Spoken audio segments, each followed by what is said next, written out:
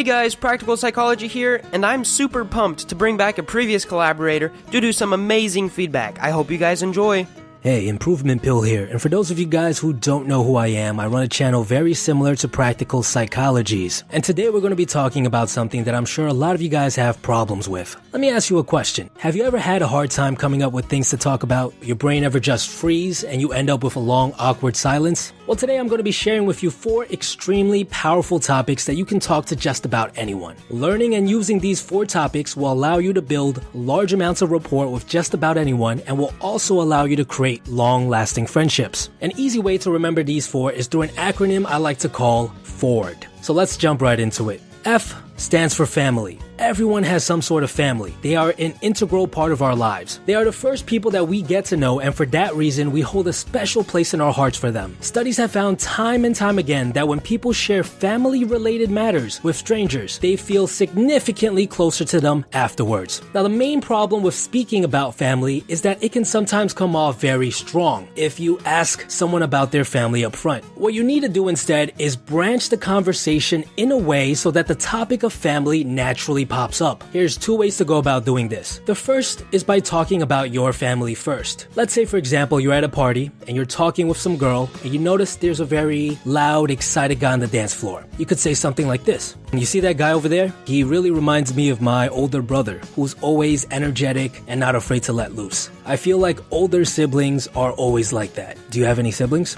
By saying something like this, you direct the conversation towards family, and you also make the initiative to open up first. This gives her an opportunity to talk about her siblings without having to have her guard up. If she doesn't have any siblings, you could say something along the lines of, "Oh, do you ever wish you had one?" Again, the conversation is redirected towards family, and the transition seems smooth. Now, the second way to get someone to talk about their family is by using what are called non-sequiturs, basically assumptions that you make about someone. For example, let's say you meet someone new at the bar. You can say something like, "You know what, you look like you come from a big family." Non-sequiturs like this accomplish 2 things. They create a sense of curiosity, leading to questions like, why do you think I come from a big family? They also sometimes cause the listener to correct your statement. Maybe they don't come from a big family and they start talking about it. Maybe they do come from a big family and they go into details about it. The second topic is O, which stands for occupation. They say that 45% of our lives are spent on our occupation. Whether it be at school or at work, it's definitely a big part of our lives. Speaking about someone's occupation is actually very common. It's considered surface level conversation. You've probably heard lines like, "What's your major?" dozens of times before. The key to speaking about occupation is not to dwell on these surface level questions and instead quickly jump into a deeper conversation. For example, let's say you're on a date and you ask her what she does for a living. She says, "I'm a school teacher." A lot of people make the following mistake. They go, "Okay, what subject do you teach?" "Okay." "What school do you teach at?" "Okay." How old are the kids you teach?"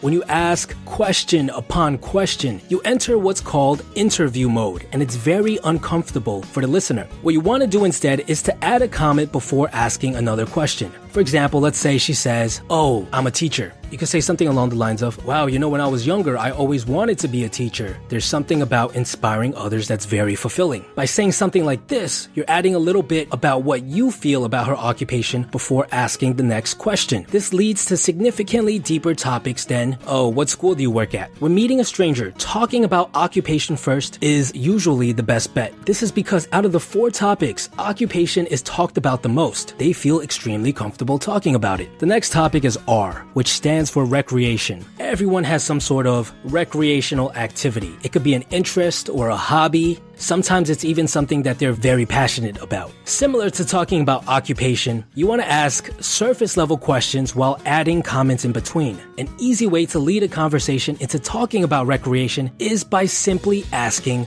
"What do you like to do?" Yes, I know it's cliche, but it works very well. Recreation can sometimes be a little bit harder to talk about than occupation because oftentimes you'll meet someone who likes to do something you know nothing about. Don't worry, because in these cases, all you have to do is approach the conversation with the following mentality. Why is this activity so exciting for him or her? Let's say, for example, you meet someone who tells you they like rock climbing, and you've never done it before. You could say something along the lines of, "Oh, that's cool. I've always thought rock climbing was an interesting sport. Why do you like it so much?" Questions like these really make the other person feel like they're being listened to. They also allow the other person to really dive deep and explain to you why they enjoy their recreational activity as much as they do. The final topic is D, which stands for dreams. Without a doubt, this is the most powerful topic you can talk to someone about. Everyone has a dream that they are pursuing or wish they could be pursuing. And this topic is especially powerful nowadays because the average person does not get to pursue their dream. Oftentimes, it's because there's very little support found in our society. Most people are told to just get conventional jobs instead of pursuing their passions by everyone around them, including their parents and friends. So if you step in and show that you are supportive of their dreams, they begin to think very fondly of you. Dreams are oftentimes the hardest things to get people to open up about, and this is why it's the last of the 4 topics I like to bring up with someone. You want to make sure you've built a sufficient amount of rapport before leading the conversation towards dreams in order to get truly meaningful responses. So I'll share with you guys 2 tricks that I personally use to redirect the conversation towards dreams.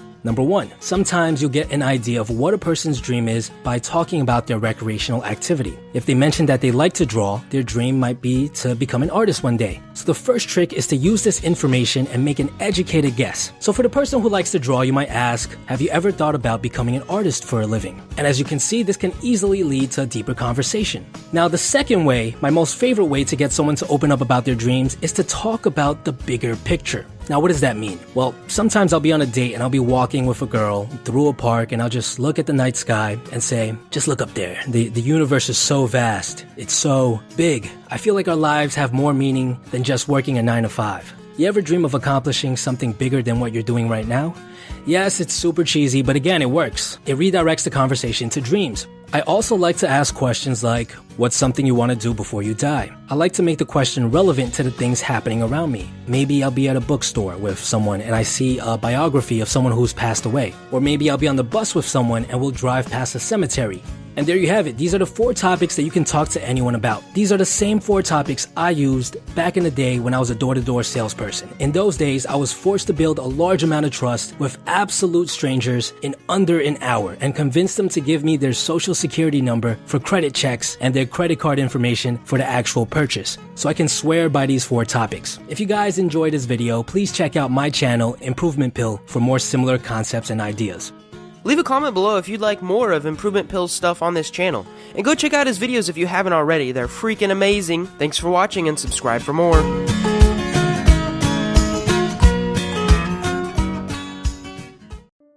I think so many people are keyboard activists, right? Everybody's good at sending a tweet about how the world should be and nobody's doing anything about it. And that is just very much human nature.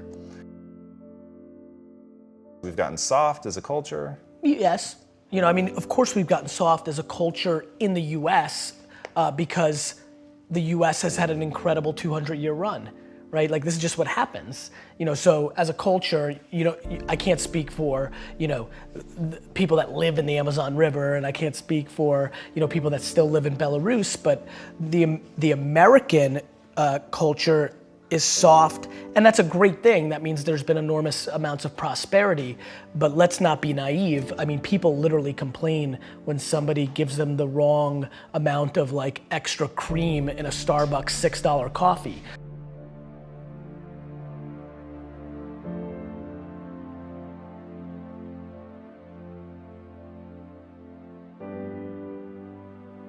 My lack of interest in complaining is so high, and when I watch what people complain about, it breaks my heart because they completely lack perspective.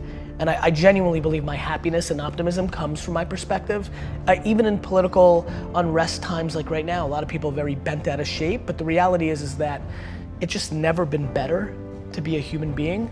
That's just the truth, that's just data, that's reality. And yeah, I mean, it's just a very fun time to be alive.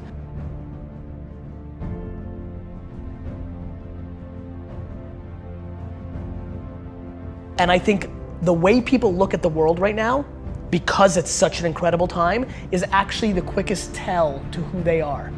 If you think it sucks or it's bad, you have losing pessimistic DNA. And if you think it's awesome and phenomenal, you have optimistic winning DNA, and I believe that to be true. And so, that's where we're at. We're beating ourselves up. Like, everybody sucks at something, right? Like, we all have shortcomings, and we all have strengths. And for me, it's like, why don't we just audit that? Like, why don't we just look at it that way and be like, all right, well, I'm good at this, but I'm not good at that. Like, and then I only focus what I'm good at, right? Like, I don't dwell that I can't fix shit around the house. I call somebody to fix it. Like, I'm not a man. I don't give a fuck. Like, I don't get it. Like, I also think it's awesome that I'm so emotionally stable and I'm the emotional backbone of everybody. Is that what a dude's supposed to do? Like these cliches, these stereotypes, they're so silly. I'm fully in love with myself, but I'm also fully in love with everybody else too, right? It's not like it goes both ways. Like, I tell people to buy into me, that work for me, it's because I buy into them first. Like, I don't need anybody to gain trust with me. It's there. Like, I believe that the human race is so grossly underrated. We are good.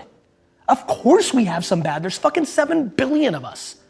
But like, when you look at our net score, it's bonkers shit. Like, do you know how much damage we could be doing to each other on an hourly basis and we don't? Like, we're still here.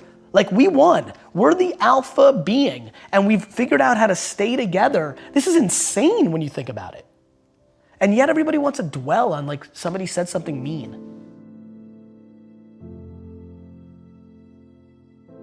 If you want to be an anomaly, you have to act like one. Like, people want all these special things to happen, but then they're acting like everybody else. And that gets into the Saturdays in your 20s, like, or just like taking risks or things of that nature. Like, if there's anything they take away, it's like, look, like, you're gonna only be so pretty, you're only gonna be so smart. Like, there's things that are gonna be natural, and then there's things that you can actually control. I do believe, and I don't know if I'm right or wrong, I don't, but I do believe that work ethic is a taught behavior. It's something you do have more control over.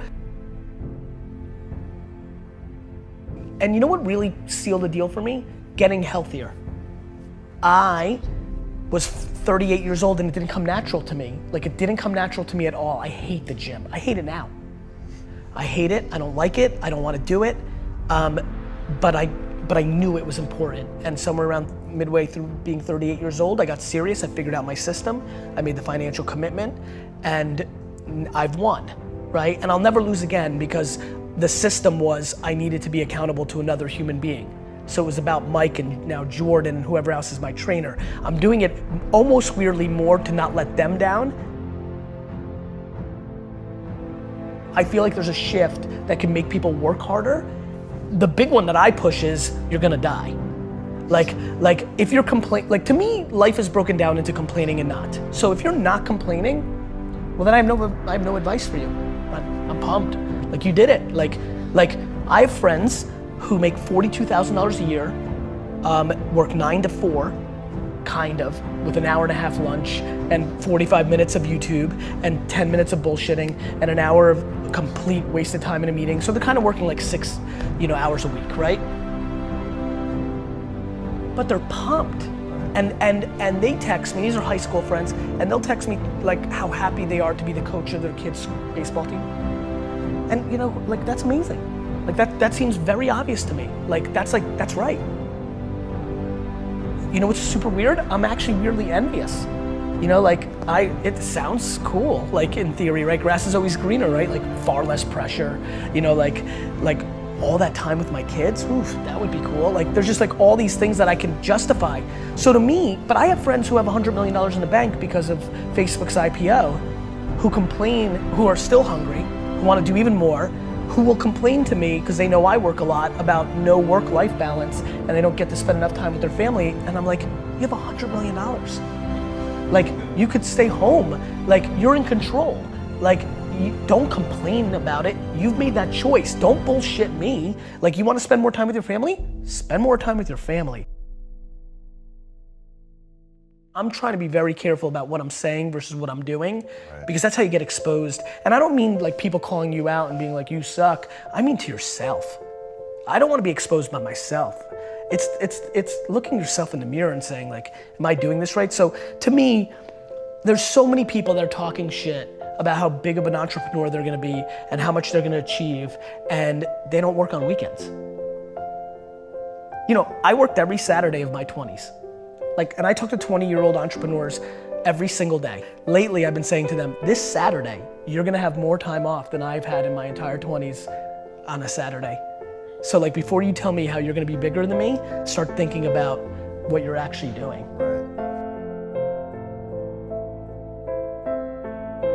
I'm careful to not give advice that I know is uniquely something that I was gifted with.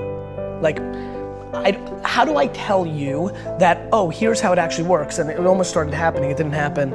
Like, I actually get goosebumps, like real heavy goosebumps when I hear something that I know feels right. What's the advice there? Hey, Johnny, start getting goosebumps. Like, there's certain things that I can't talk about because I know they're not practical, they're intuitive to me.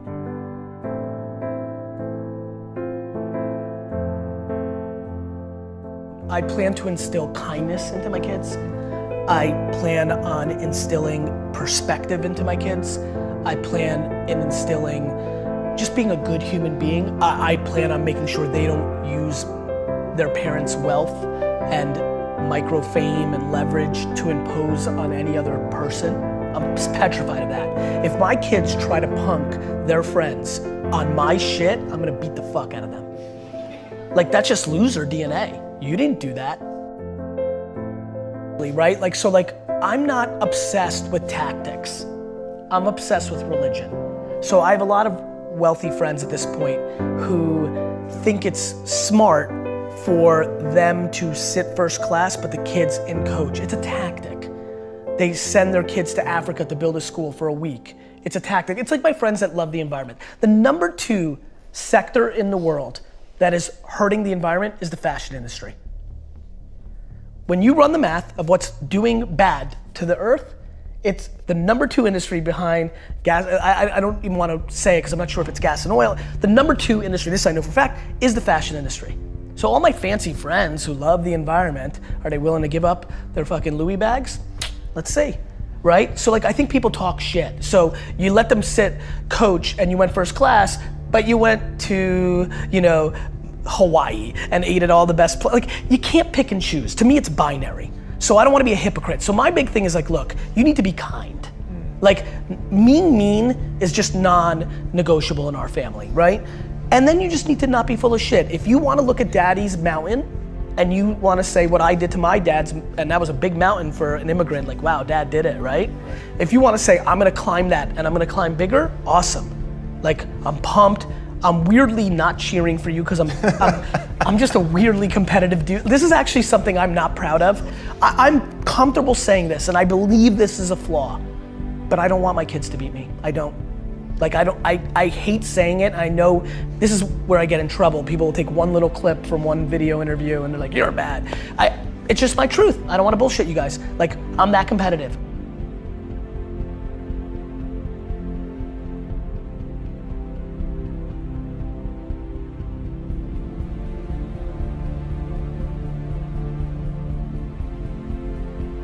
I just want them to be all in on them, right? Like, I don't need them to be an entrepreneur. I don't need them to make me proud. They don't need to go to Harvard. They don't need to do shit. They need to be themselves, all in, and they need to be kind, and I'm good.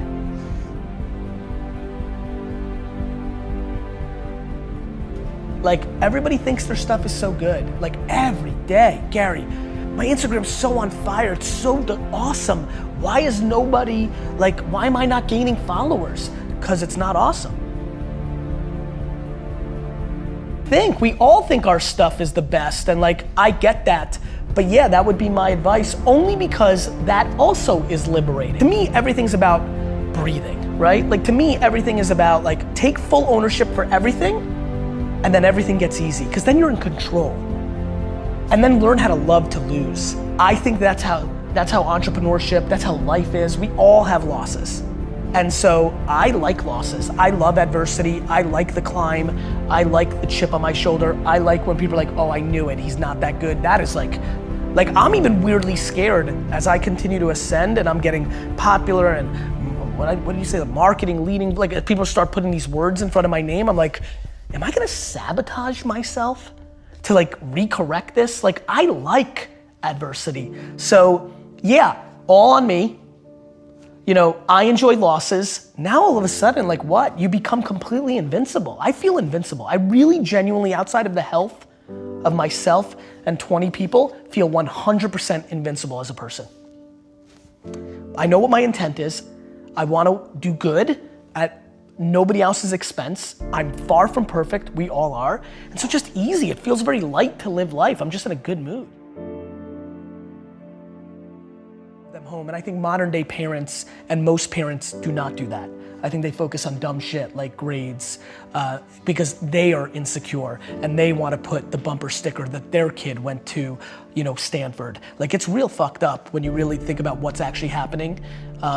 So much of it is misery loves company, or people reflecting of what's inside of them.